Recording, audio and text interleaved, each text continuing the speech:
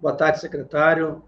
Prazer enorme estar falando contigo. Seguindo nessa esteira dos grandes artistas, a gente sabe que por trás dos grandes artistas tem os grandes empresários, como o senhor acabou de descrever agora aqui, né? Eu me lembro da questão lá do maestro João Carlos, que foi surpreendido numa entrevista quando disseram para ele que ele recebeu 25 milhões de reais, foi aprovado pelo Ministério da Cultura, para ele promover, né, por todo o Brasil aí uma caravana. E ele se surpreendeu porque ele disse, não, mas eu não estou sabendo disso, né? Eu não pedi, não solicitei esses valores, né? Então, ele imediatamente entrou em contato com o Ministério da Cultura para cancelar esse pedido.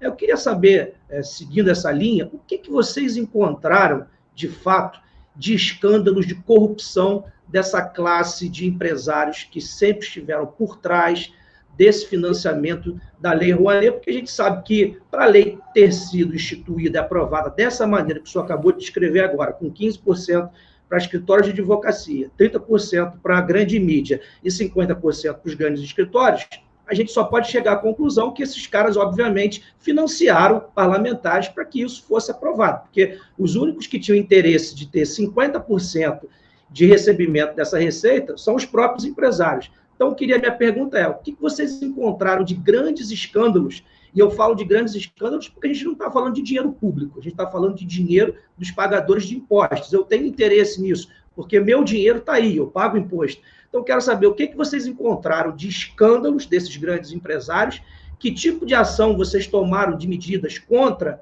né, esse tipo de corrupção dentro do Ministério. É claro que eu não estou fazendo nenhum tipo de cobrança, eu entendo que são coisas passadas, mas é importante que isso venha à luz, né? A gente precisa informar a população de como funcionava, até para que o povo saiba, né, que agora a gente está em ano de eleições, e saber que era nos governos passados que isso foi instituído. Então, o que vocês encontraram de casos de grande corrupção? O que vocês fizeram em relação a isso, para que fique esclarecido para a nossa audiência?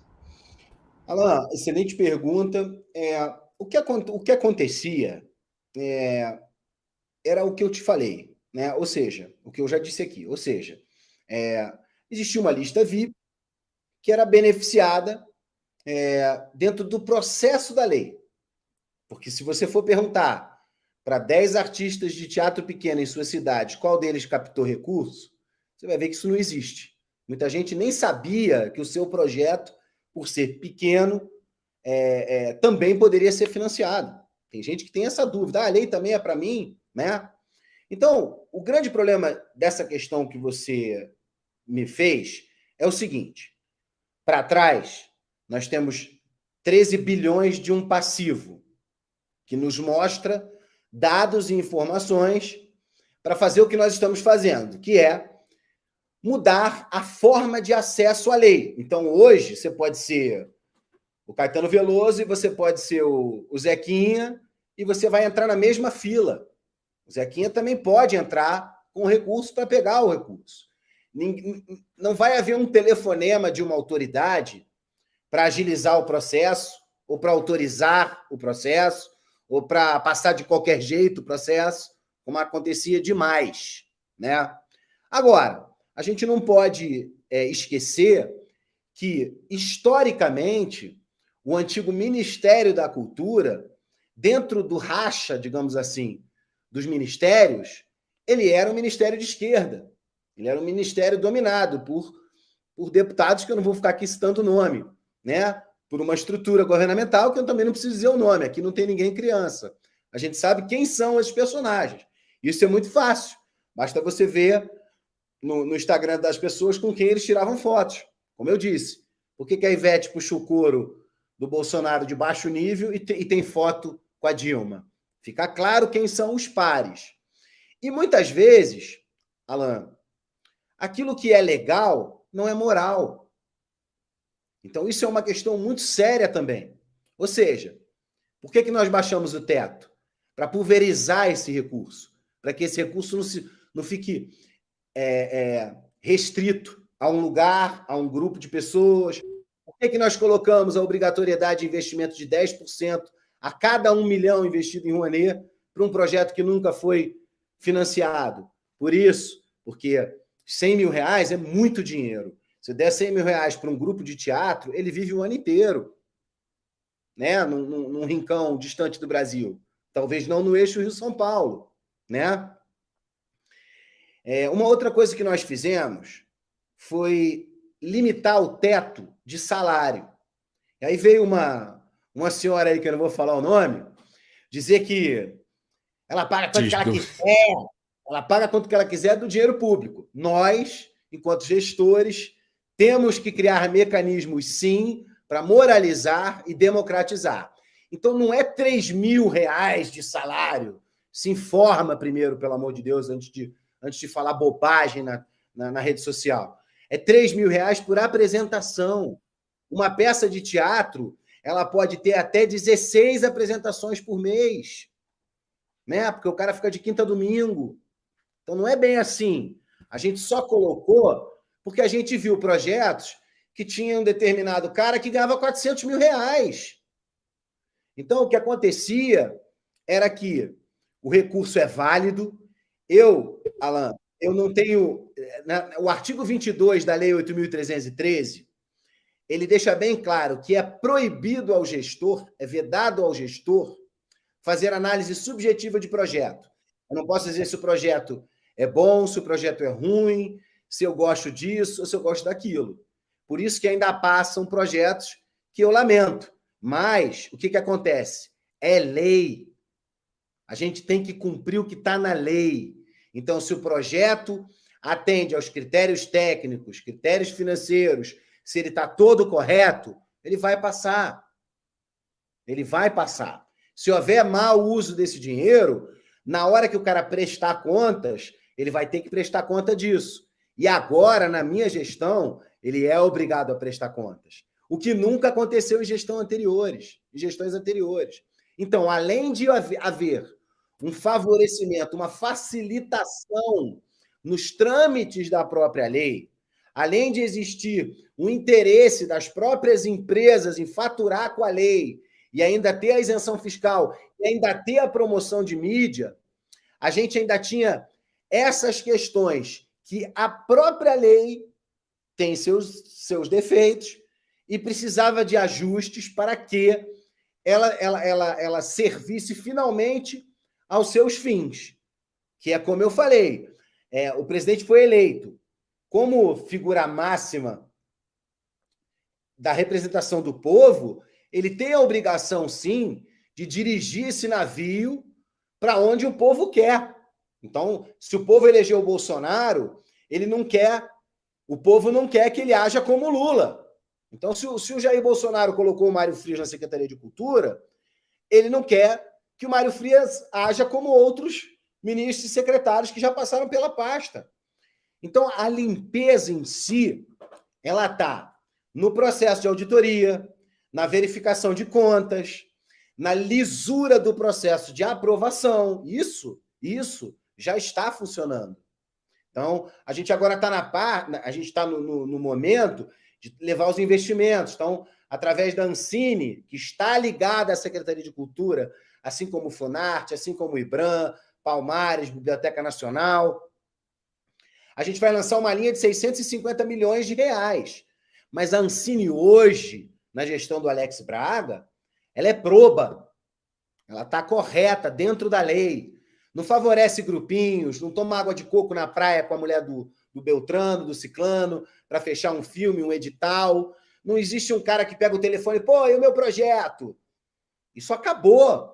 E isso é o que a gente tem que combater em toda a esfera dos poderes. Não pode haver a lista VIP, não pode haver uma pessoa mais importante que a outra, porque ele é famoso, porque ele é rico, porque ele é dono de jornal, porque ele é dono de televisão. Isso não interessa. A lei ela é feita para todo brasileiro. Então, o processo é esse. Por isso que eu falo muito em moralização do próprio mecanismo da lei. Então, hoje o cara tem que prestar conta, hoje os editais não favorecem amiguinhos de fulano. Esse é o processo que precisa perdurar para que nasça novamente, quer dizer, para que possa nascer uma outra opção artística, porque nós ficamos nessa esfera artística durante muitos anos. E isso cerceou o direito de outras pessoas de produzirem conteúdos artísticos. Secretário, só queria pegar um último gancho nisso que o senhor falou, isso tudo. A gente sabe como funciona a burocracia do Estado, né? O quanto é difícil para um artista autônomo, pequeno, cumprir todos esses requisitos que o senhor acabou de escrever agora. Talvez até isso favoreça os grandes artistas que têm uma estrutura por trás, que têm empresas, advogados, que possam facilitar. Tem empresa. Como é que o cara vai entrar se ele não tem empresa? Isso a gente mudou. Pois é. A pergunta que eu lhe faço é: o que vocês fizeram para desburocratizar e facilitar a vida do artista autônomo, do pequeno artista? Então, Alan, o principal, para que a gente entenda, é que a gente está há 1 ano e meio nessa pasta, brigando contra um processo que já existe há 30 anos. Então, a gente não vai conseguir fazer todas as modificações que a gente quer imediatamente. Uma modificação importante é essa instrução normativa que eu descrevi para vocês. Isso vai facilitar bastante o entendimento das pessoas. Outra coisa que é importante é o que a gente está fazendo aqui agora. Você nunca ouviu falar tanto do processo da lei como está se falando nesse governo. As pessoas nem sabiam que podiam participar da lei. Hoje elas sabem. Então, haviam empresas especializadas em escrever projetos, haviam captadores, né? Não está errado, as pessoas sabem manipular a lei, são advogados, têm alguma penetração no mercado, faziam essa roda rodar. Então, a nossa ambição, Mauro, o Alan, daqui para frente, é criar tutoriais, é melhorar o próprio sistema Salic, que é muito ruim, muito antigo, precisa ser atualizado, e é o que nós estamos fazendo. Enquanto a gente está fazendo toda essa gestão, a gente está desenvolvendo um novo sistema. Esse novo sistema, ele vai ser transparente, à medida que você receber o dinheiro, não vai ser assim, você recebe o dinheiro e quando acabar tudo você presta conta. Não. Esse novo sistema, quando você pegar o dinheiro, a hora que você sacar R$1, você vai ter que prestar conta desse R$1. Então vai ser tudo automático. Isso vai evitar a geração de passivo, isso vai aumentar a transparência, né? E junto com isso, processos como esse que eu falei. Então, nesse edital agora que a gente está lançando para a Ancine, a gente está lançando um edital, se não me engano, de R$15 milhões só para cinema regional, para o meu primeiro filme, para comemorações do Bicentenário e Heróis Nacionais. Então, se a gente tiver tempo, né, Deus é muito bom e vai dar esse tempo para nós com a reeleição do nosso presidente, aí sim a gente vai fazer não só a parte dos investimentos indiretos melhorar, que é a parte da lei de incentivo, mas também da parte dos incentivos diretos, dos investimentos diretos, que são os investimentos feitos com o nosso Fundo Nacional de Cultura, que são os editais. Então, a gente corre riscos muito sérios que a gente não falou aqui. Por exemplo, Lei Paulo Gustavo, Lei Aldir Blanc II. Eles pegaram, com a nossa gerência, R$3 bilhões para a Lei Aldir Blanc. Eles não conseguiram executar tudo. É muito dinheiro para executar num ano. E essa política pública não passa pelo governo. Ela foi direto para estados e municípios. Então, se o nosso fundo, que hoje está contingenciado em função da economia, pelo bem-estar do país, não estou criticando, é importante que esteja contingenciado, a gente, com esses recursos, a gente consegue construir uma política pública, tá? Com investimento direto em editais, com o objetivo de formar novos roteiristas, novos diretores, novos cineastas, novas opções culturais de audiovisual. Então, o que a gente precisa agora é de tempo. Ninguém entra numa empresa, tá, que tem um sério problema de passivo, que tem sérios problemas de corrupção, e vira esse jogo em 1 ano, gente. A gente está fazendo dentro do que a gente tem de oportunidade o melhor que a gente pode fazer. Secretário, só para fechar, então, eu vi muitos artistas reclamando durante a pandemia que não tiveram um suporte, né, da Secretaria da Cultura e tal. O senhor poderia descrever para nós aqui o que a Secretaria proporcionou principalmente para os artistas autônomos, né, para as pessoas mais simples que não têm, de fato, toda essa regalia que tiveram no passado os grandes artistas. Qual foi o amparo que a secretaria deu para essas pessoas durante a pandemia? Alain, a Lei Aldir Blanc distribuiu 3 bilhões de reais. Só não foi melhor distribuído porque a responsabilidade da distribuição foi de estados e municípios. Então, realmente, não atingiu, na minha opinião, não atingiu 100% o alvo, né? A lei ainda foi utilizada de forma errada, a meu ver. A gente tem alguns casos sérios, como a criança viada, como outras coisas que a gente viu por aí. Outras denúncias de gente que não recebia aqui na minha cidade, só o grupo de esquerda que recebeu. Então, a gente teve esse abalo sísmico dentro desse processo. Mas foi um projeto emergencial que a cultura botou 3 bilhões de reais.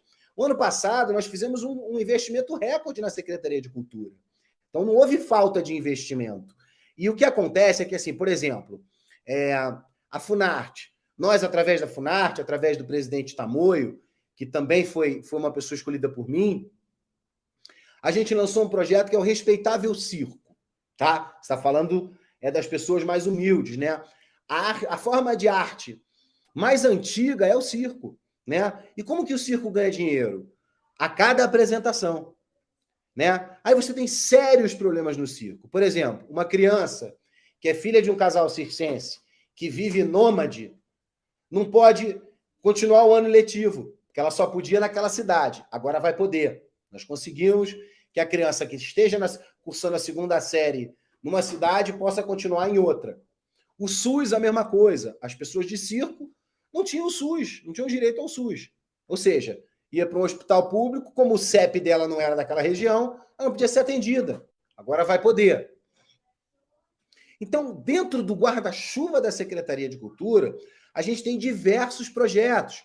Nunca num edital houve um projeto nunca houve investimento para novos projetos, agora existe. Nunca na Lei Rouanet houve a obrigatoriedade de se usar 10% a cada milhão para investir num projeto que nunca recebeu recurso. Não existe nada mais claro na postura da gestão da secretaria do que o objetivo de devolver a cultura para a população. Retirar a cultura do propósito político ideológico partidário e devolver esses recursos à população para que isso gere inclusão social. Então, por exemplo, essa questão do Respeitável Circo é uma ação com o Ministério da Ministra Damares, Secretaria de Cultura, Ministério da Damares, Funarte, se preocupando com o povo do circo, que nunca recebeu nada.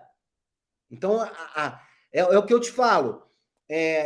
A gente vai precisar trabalhar com este foco mais 10, 15, 20 anos para que a gente possa obter e perceber os resultados dessa política. Até então, a gente ainda está vivendo os resultados dos últimos governos, das últimas 3 décadas. Perfeito, secretário. Eu fiz essas 3 provocações para que o senhor tivesse a oportunidade de esclarecer para a nossa audiência tudo que o senhor tem feito desse ministério, porque provavelmente nas outras emissoras onde o senhor participa, eles só devem fazer perguntas capciosas que venham a desgastar a sua imagem, acusá-lo de qualquer coisa. Então, parabéns pelo seu trabalho, parabéns por tudo que você tem feito aí no ministério. Nós somos aqui fãs e admiradores. Parabéns. Obrigado, meu irmão.